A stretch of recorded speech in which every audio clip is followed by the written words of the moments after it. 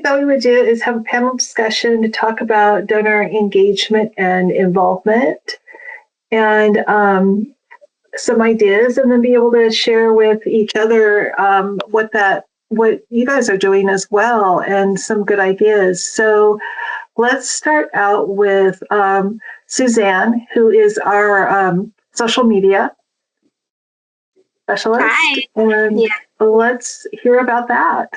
Yeah, absolutely. So just a little background. My name is Suzanne. I've been here with iRapture for a little while now. I do the social media, I do video editing, some design and content work. And if you guys have a social media plan with us, I'm the face behind the scenes with those. And so my little segment here is just going to be going over some ways to be creative with hosting creative fundraising through your social media accounts. First and foremost, the best platform to do a fundraiser with your social media is through Facebook. That is going to be the #1 platform, and then followed by Instagram. Of course, there are others too, but you do want to focus on Facebook because it has a lot of features and some really cool tools that can help you raise money. And it really makes it easier for your donors to donate. So I wrote down a couple fun ideas that you can do through social media. You can host a virtual bake-off through your social media. It's super simple. You can have donors, enter the bake-off, by donating a certain fee. So maybe $10, $20 to join the bake-off. And then you can share the recipes and have your followers vote.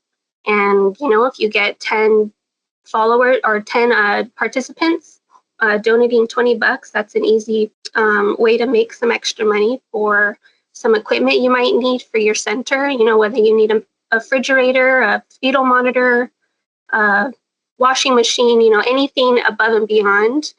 Another fun way is you could do like a pet photo contest. It's the same concept, but you would just, have people love sharing their photos of their pets. So you can just have them join by, entering a small fee, and have your followers vote for the funniest pet or the cutest pet. And that's just a couple fun ways to have your donors donate to your center that are creative. And then, of course, you can do a couple more serious ways. You can share impact stories. You can share testimonies, client testimonials. Donors love to see where their money is going. And if you can share a personable story, people really love that. Another way that you can help is by doing like a monthly giving program. So you can send out a post on Facebook that says, become a monthly donor. This is where your money is going to go to. And of course, there's always like ways to promote urgent needs. So like I mentioned earlier, with a fun, creative way to raise money, you can also just post a picture of your center and say, hey guys, we need a couple strollers. We need a washing machine to wash our bedding. And it's just that raw interaction that really captures your donors' attention. And so those are just a few ways that you can use social media to implement creative fundraising for your center. There are a lot more details that we can go into later, and I'm happy to answer any questions.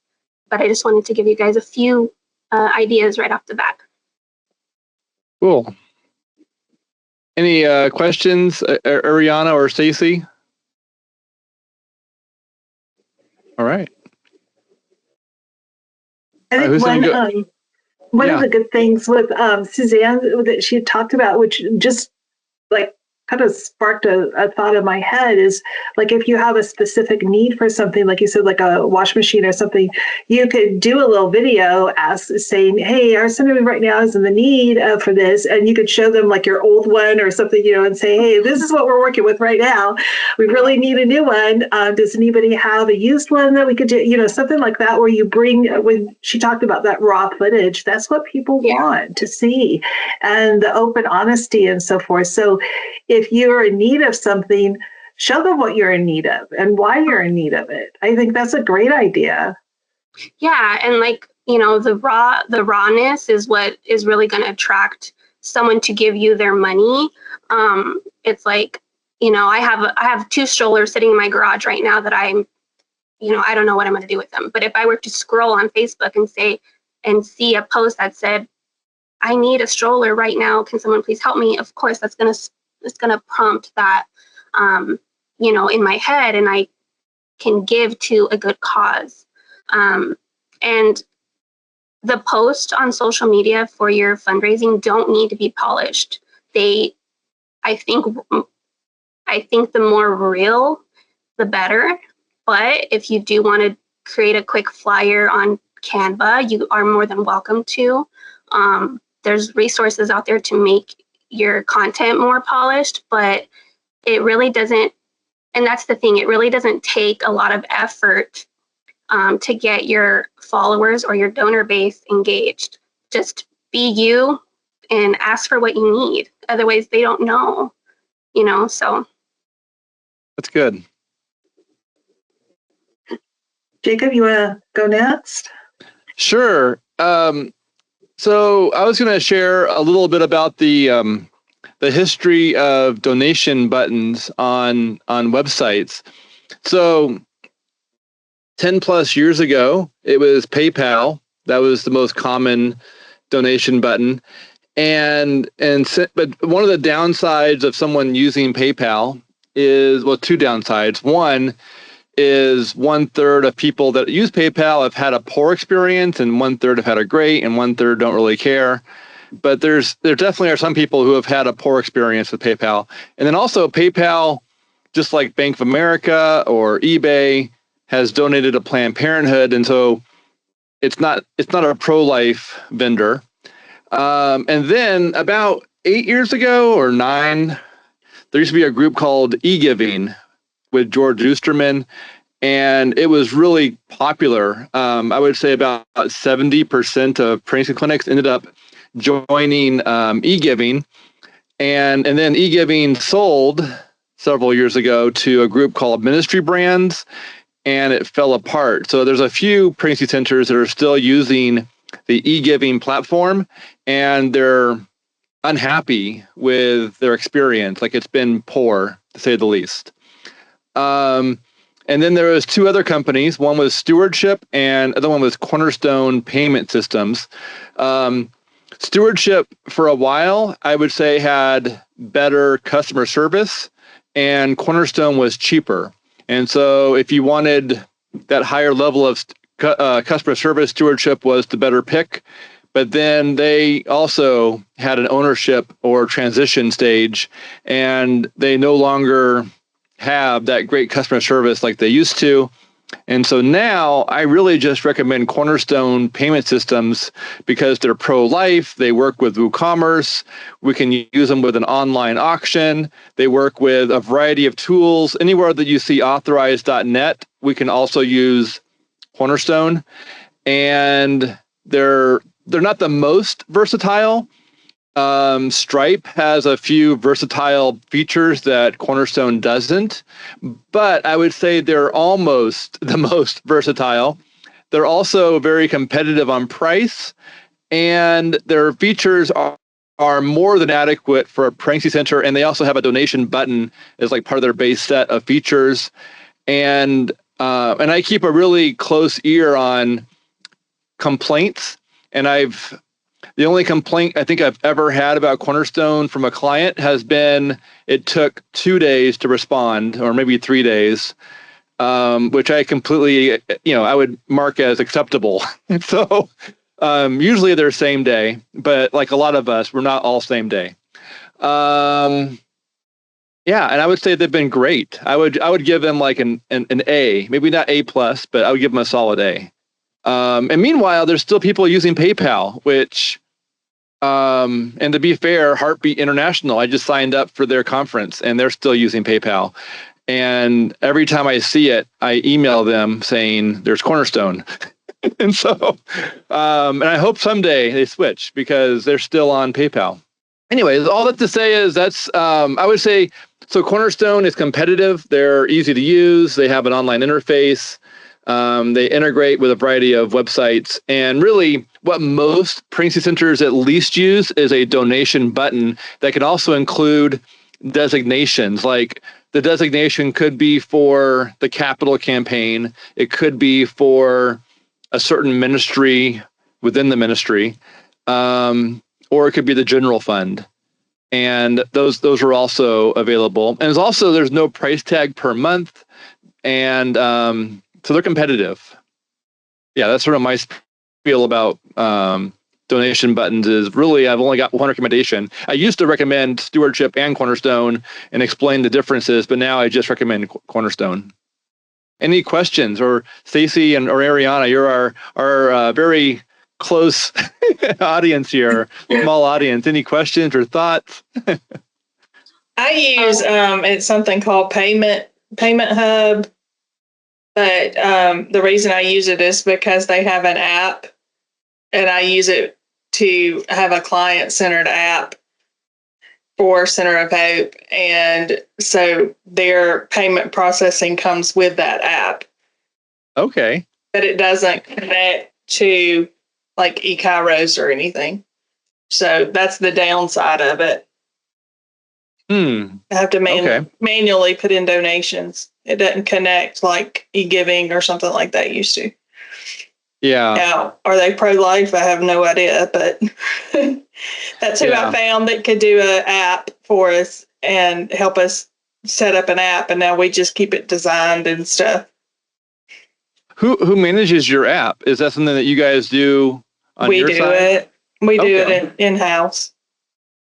When it comes to building apps, there are programs that will effectively turn a website into an app. And they do include some customization options and things like that. And then there's some of them that will have like a lifetime license that will then support running an app.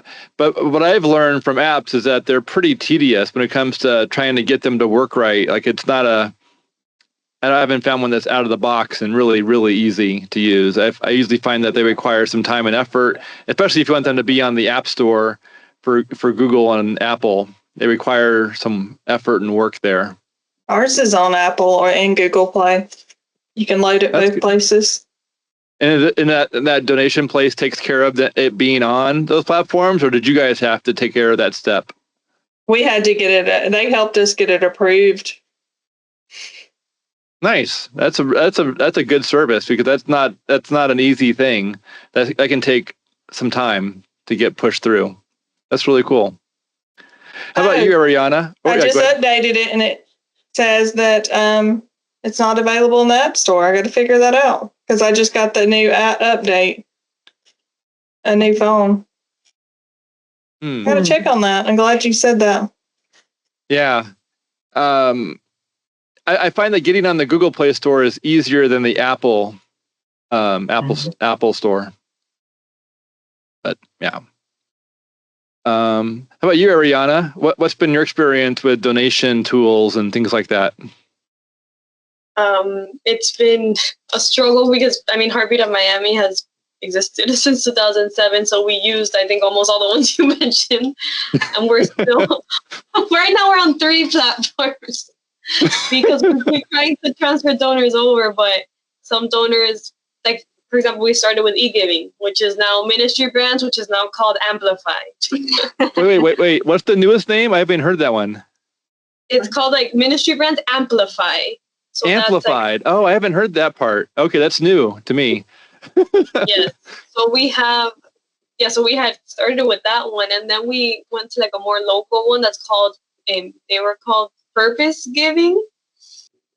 And then that's when we switched, I believe. Martha knows better because I wasn't here, but then we switched to Stewardship, which maybe you recommended, and now they're CDM Plus.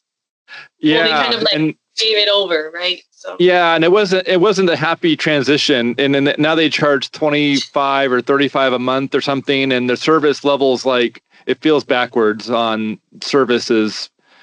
Like, it isn't. It's a weird platform. It's a weird one. Yeah, it's not user friendly. I think. I agree. So right, and so yeah, I mean, we've been since I've been here, like for the past 4 years, trying to transfer obviously the donors from the old platforms to the newest one, but it's been a process because we don't even have emails for some of them, or phone numbers, or the phone numbers are not in service anymore because it's been such a long time. So that's our struggle. Yeah.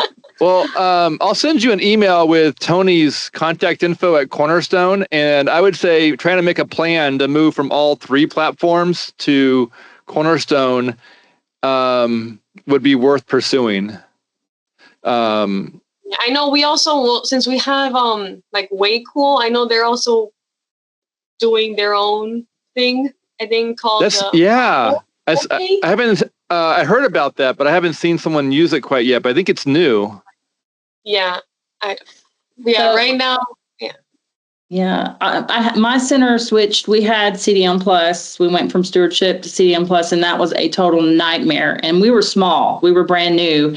So I can only imagine if we would have had a lot of donor records, how much of a headache it would have been. And then it came tax season in the middle of the migration, and it was just like, it was terrible. So we bit the bullet and we went with Bloomerang, and it has been amazing. Totally. Yes. And they do their payment processing through Stripe. It's all integrated together. They integrate with MailChimp. Stripe does the payment processing, and they're integrated with Kindful, but they're actually offering another event management software that we're going to look into that's a little bit better than Kindful. So I don't know much about that yet, but I love that it's kind of all in one, and it's just super easy to manage and use and give us reports and data, and it's really been helpful. Casey, did you say why you wanted an app versus just kind of an online type? Was there a reason for the app? Me? Yeah. Because, well, it's something I learned about at a conference a couple of years ago, but we load our brochures, and now that Focus on the Family just has the thing, we load their brochures. We have a pregnancy calculator on there. We have the Before You Decide brochure on there, a Contact Us. That's really cool. It's just pretty basic, but it's a way to get our brochures electronically into the hands of our clients. Okay. It's not donor focused. That was just the benefit of it coming. It all came together. Okay. Yeah. Okay. Ariana, I know that sometimes with Cornerstone, we're able to try and ask for a certain type of file that represents the automatic gifts. And sometimes there's a way to migrate that from one vendor to like a new credit card processing group. And so I'm going to email Tony and just ask him if there's a way to help connect with your 3 different old platforms with old reoccurring gifts, and explore a way to migrate those to a single platform. And if there's anything that we could do to help, I'd love to, but I think that's outside of my wheelhouse. I think it's mostly, but Tony at Cornerstone can probably try and help there. So thank you. Yeah, I had spoken, last year at the Heartbeat International Conference, I spoke with from Way Cool with Mary Ellen, and I think it has to do something with like purchasing like the tokens of one donor platform to then the other, something about tokens. Yeah, I think tokens, that refers to like the keys or certain kind of like numbers that go with each transaction, getting like a list of all the essentially the details of the reoccurring gifts. And I'm not familiar with all the platforms well enough to know which ones can go to which ones, but Tony could probably help there. Yeah, I can. Yeah, that's really appreciated. Thank you. Sure. Okay, Kelly, you want to share? Sure. Okay, so I will try to share here. Okay, y'all should see my blue screen, Mhm. Yeah. marketing campaigns. So I'm kind of in the middle of doing a lot of research myself and trying to figure out the best ways, what to focus and target our attention to. So I just kind of did a comparison.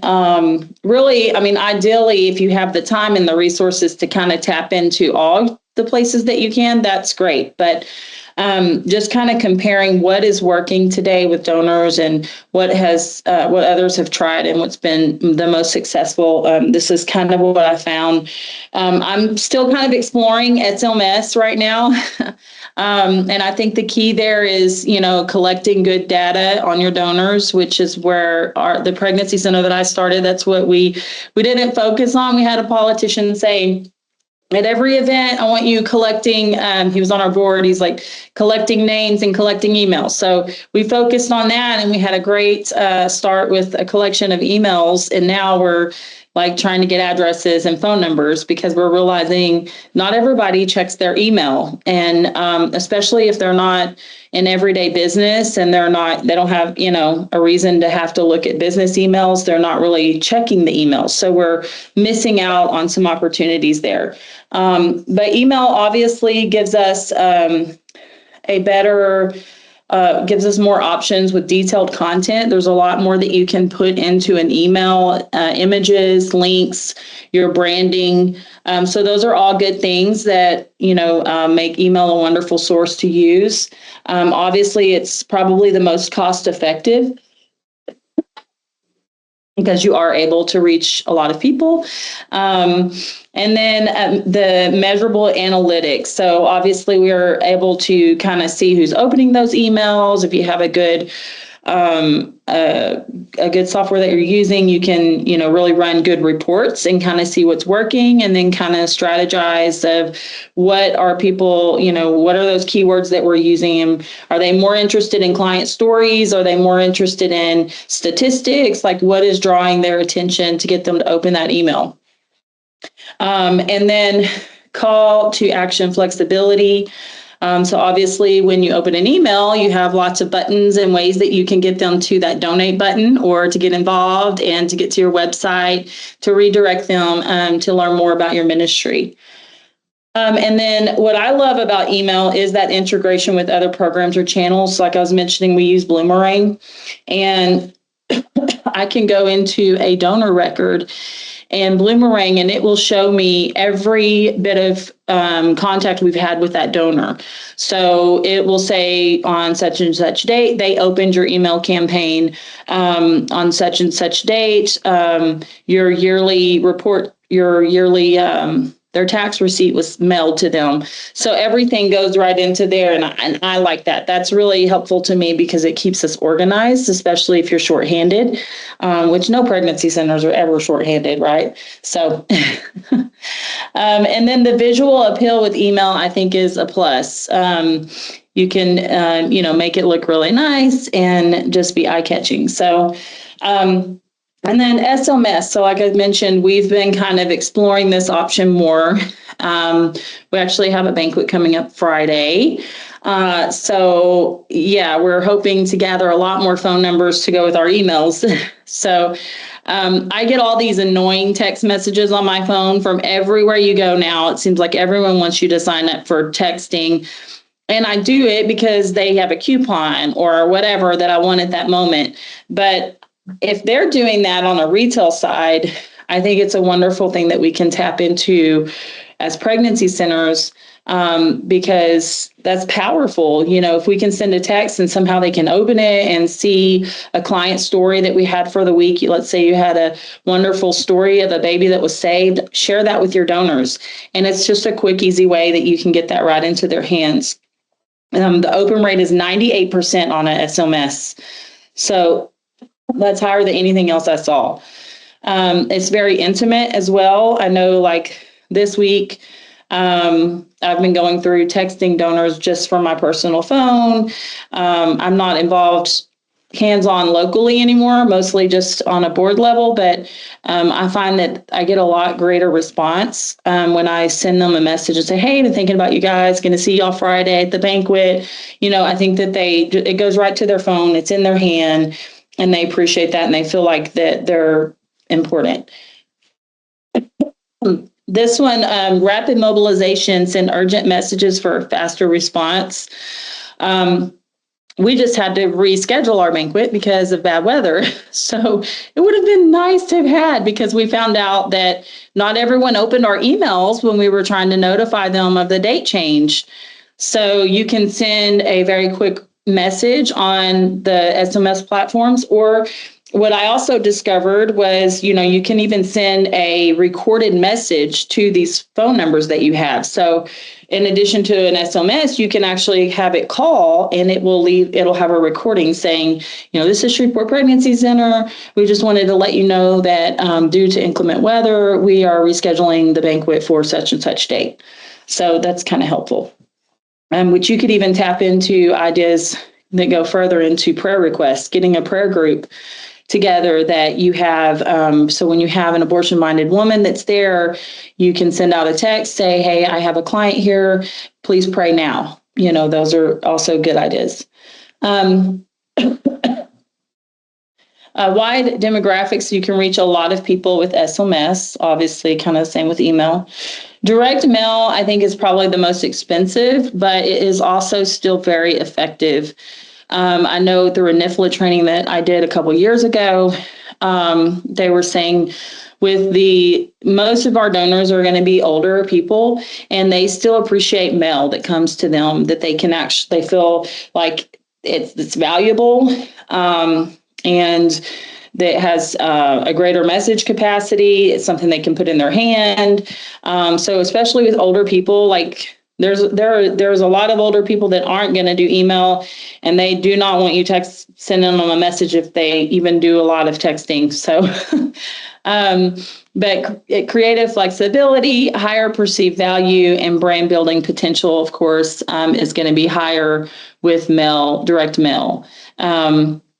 And you can kind of get creative with what you send, even if I know I got an invite to a pregnancy center banquet, and there was a different feel to actually having that postcard in my hand on that nice shiny paper and just being able to look at it. I mean, I'm not that old, but I still appreciated the direct mail. So yeah, I just was kind of curious, like what platforms y'all may use. I'm always looking for ideas myself, but I know MailChimp is who we've used because that's just who someone told us to start with. And at the time it was free when we first started, until we got so many contacts, and then it went up. And then I know iRapture uses Constant Contact, which I've actually just had conversations with our director about switching to Constant Contact, because I think it's a much better platform with more resources. So do y'all have any other ideas or anything that has worked for you? Yeah, so Constant Contact's been around for a long time, along with, and the MailChimp's been around for a long time. And then Constant Contact recently added the SMS option, which Suzanne actually, we just recently used it for the first time not too long ago for a client. Yeah. Mm-hmm. Yeah, they had a great turnout too. It was very last minute, and they raised extra $400 by sending out an SMS text. So it was really successful. That's right. Was that like the text to give? Mm-hmm. Oh, okay. Yeah. I think it was for Giving Tuesday.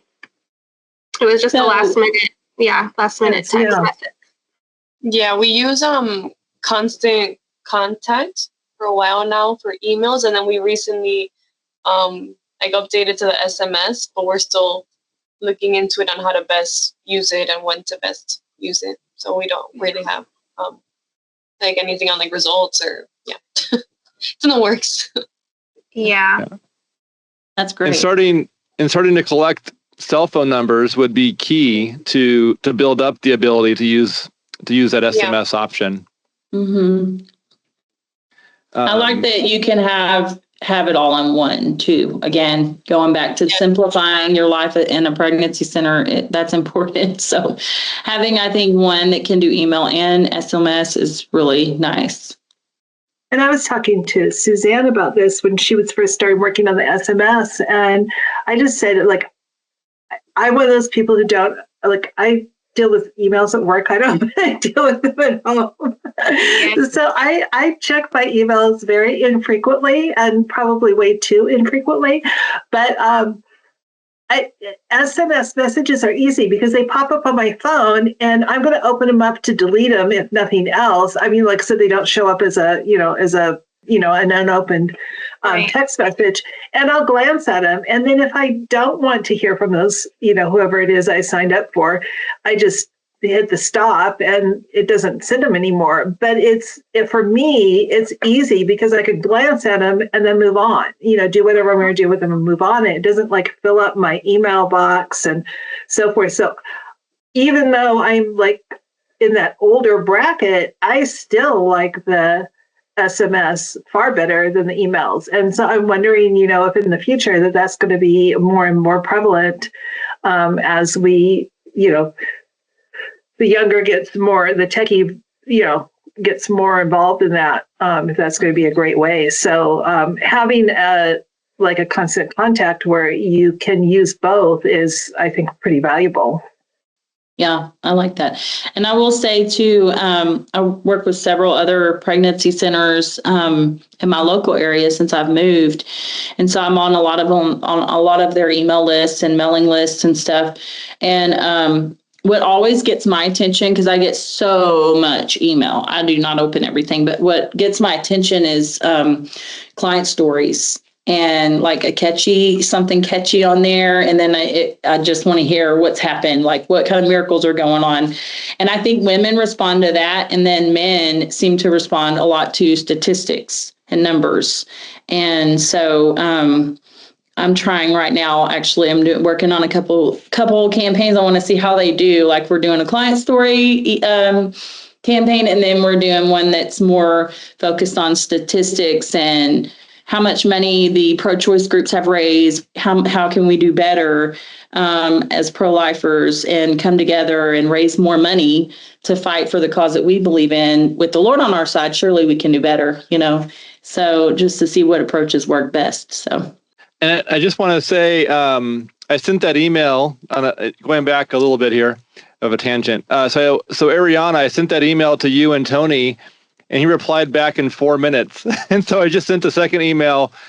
So anyways, he said you can bring all three platforms to the one, and he wants to get more details on your platforms. But yeah, it sounds like it sounds very promising, and I need to probably upgrade him from an A to an A+, because that was a very, very quick response when I needed one. Always responds super quickly. I've noticed, like, almost any time I've emailed him, even like odd hours, he'll respond almost right away. It's great. Yeah, it's pretty impressive. It's really good about that. Yeah, they are really super helpful. Yeah. Anything more on that, Kelly? That's all I got. Okay, I will share my screen then, I think. Is it sharing? Where's his introduction? Yeah, okay. Great. So I want to talk a little bit about websites and how to get more engagement from those. And a lot of people working with the centers and so forth, they always ask me a couple things. One is, how do we bring in more abortion-minded women to the donor side, to the client side, and then how to get donors to interact with our website more, and on the donor side. And so one of the things that I really think strongly about is, like, how do we bring them constantly back to look at the website? We want them engaged in it, not just going there for one thing, something is coming up or whatever, but to be engaged where they want to go back and check out your website. So how can you transform the way donors and volunteers interact with your pregnancy's website? People don't go there don't just give because there's a donate button. They give because they feel connected. And that's what we want to do on those websites, is make them feel connected with your center. They give when they see impact, and they give when they feel like they're part of something bigger.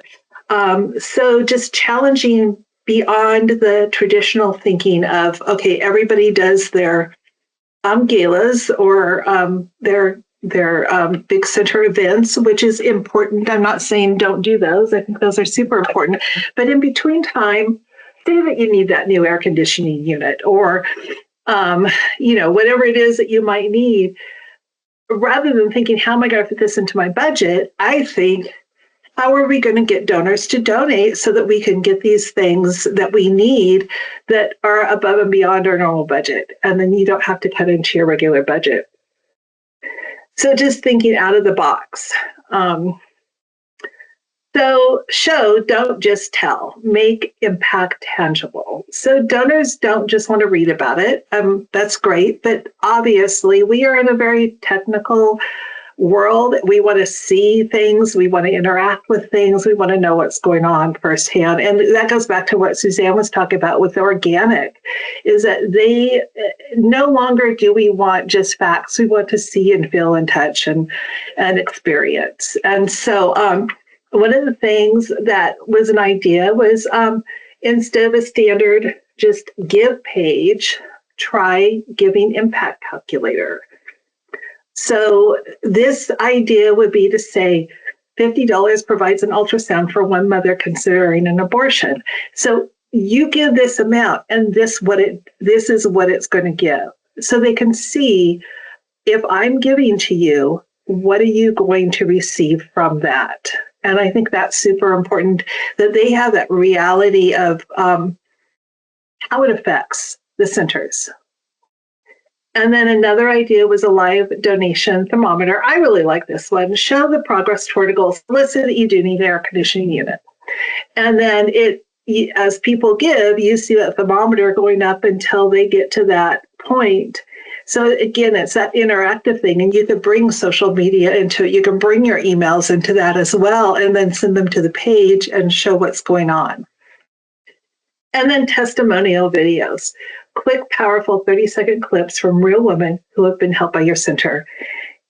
Some of your women aren't going to want to be on video, right? But there's a lot of them that do. They want to tell their story. They're excited. If they've been touched by something, they're not going to want to sit back. They're wanting to say, hey, this is what happened to me, and I'm excited about it. And so many, I think if we're in that older generation, sometimes we think, oh, nobody's going to want to be on video.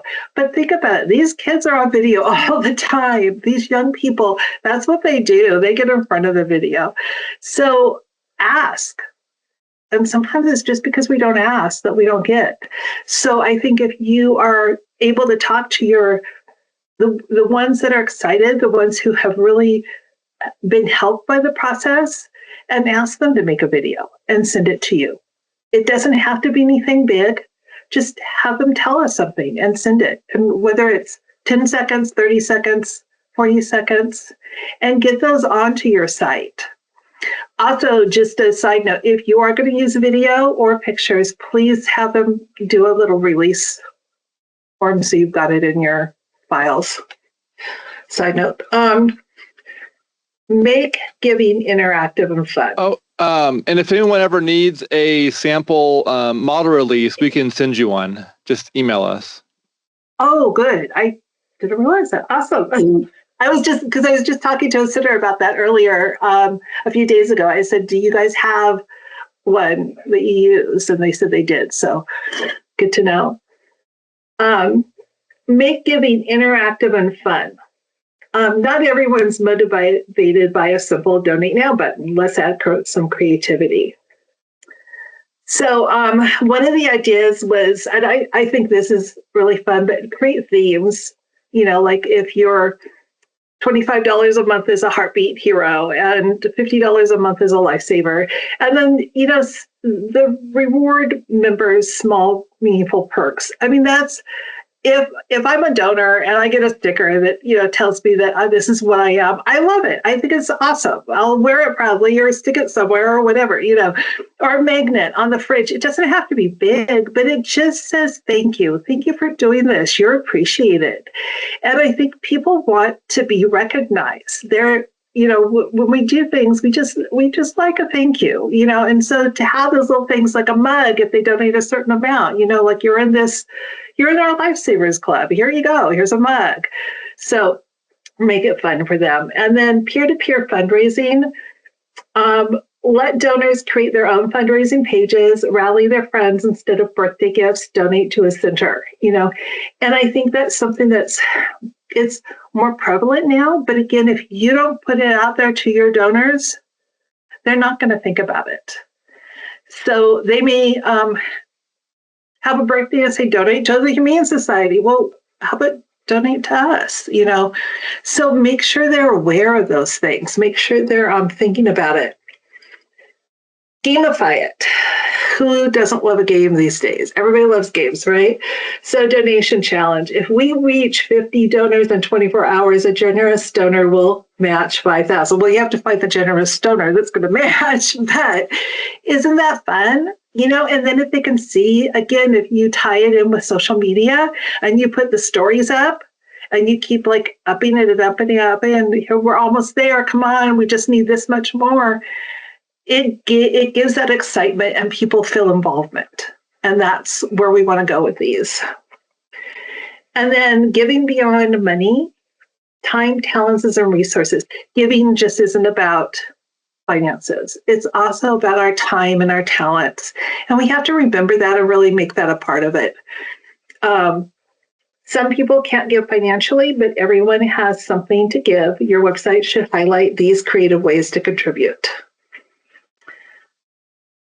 And Adopt a Mom lets a small group sponsor a mom in need, provide baby items of mentorship or encouragement, wish list and registry.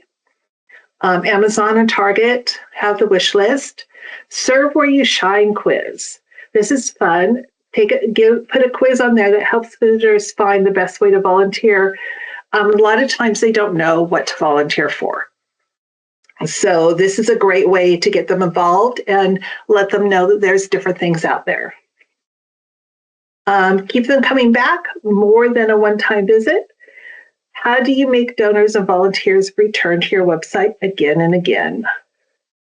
More than one-time visit, behind-the-scenes emails.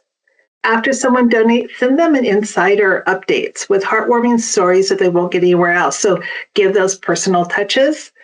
And then keep your website interactive. Give a reason to visit, keep it engaging and inform information on your website. Remind them to visit your website and use other sources to direct them back to your website. Make it more than just about giving. Thank you, Sandy. That was so good. I enjoyed all that really good insight and ideas. Those were creative. Yeah, I need some of these for our gala this Friday. So yeah, Sandy, can you go back to the slide with the like the thermometer and the other options you had, like for the website? That's what I wanted to ask about, because I've been wondering, how can I get that? I thought that would be so impactful at the banquet, like when they're doing the ask, having that on the screen where we can have it started at where we're at that point and what our goal is for the night, and they can see, and like, can you get it to where, like, I mean, I've seen people do that, like, whereas people are going on their phones and they're putting in their credit cards, they're watching that rise. Yeah, is there like a widget for that, or? I know that WordPress has a widget, but it requires the tally to be changed. I don't know about the connection between the donation tool and the thermometer. I haven't experienced that, but that would be cool. Behind the scenes adding in that's still cool. There could be someone behind the scenes adding in the amount. Mm-hmm. Yeah, that is an option, but to do it actually at an event would require some coordination with a tool like that. Yeah, that'd be interesting to work through. There might be a tool out there that actually supports like a live update. Yeah, I think I saw it on GiveButter or something like that. Like it's called GiveButter. It's a giving platform. We used it, and actually in the beginning before we went to Bloomerang, and they had tools like that, I think. So. Yeah, I just Googled it. It said that there is a fundraising thermometer, It's on CauseVox,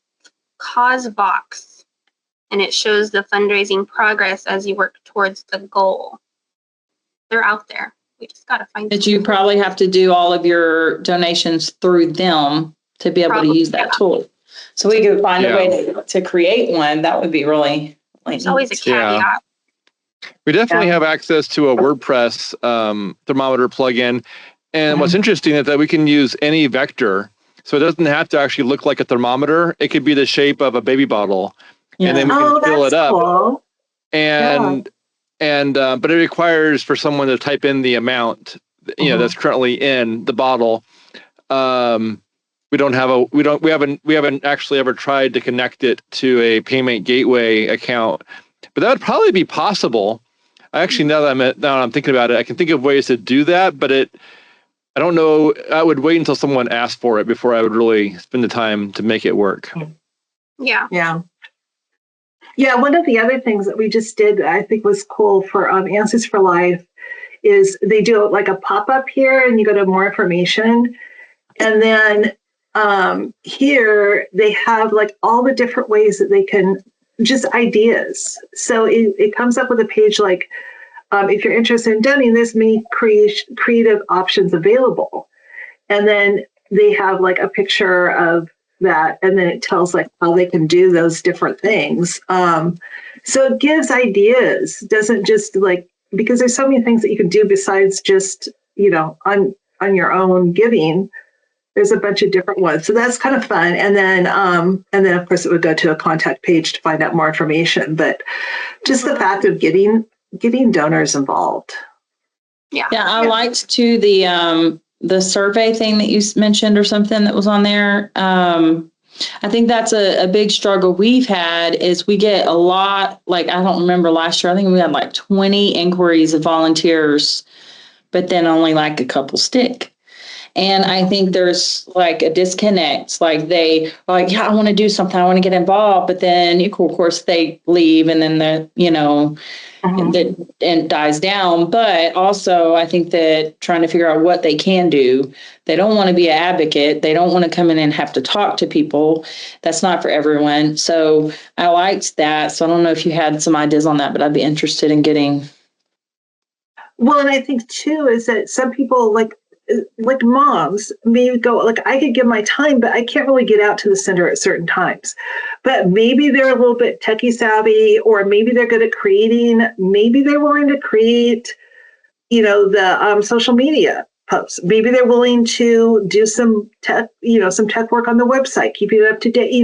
There's just so many things that you can do from home too, where I think that people aren't aware of what they can volunteer. They'd be like, oh yeah, I'd love to give some time, but what do I do? And so if you have something like that, where you have like an interest form, and then they say their different interests, and then it kind of creates a survey of what they could do. And then you could reach out to them with ideas for them to do those different things, to participate, That's really good. I think that's powerful, because traditionally people would just have the list of like 20 volunteer opportunities available, but they actually like ask, what are you good at? And then try and be creative about where that may fit. Feels like a very unique, interesting way of, connecting with volunteers to bring them into the place where they'll probably be more successful. Mm-hmm. It could even help somebody. Maybe they don't have confidence in themselves in certain areas, but if they took the little survey and it said, well, based on your answers, like you would be good at this, this, and this, and they're like, oh, maybe I could do that. Right. Yeah. Awesome. Well, good job, everybody, on the webinar. Any final thoughts before we turn off the recording? No, I hope it was very helpful. Yeah. I think it was. Very good job.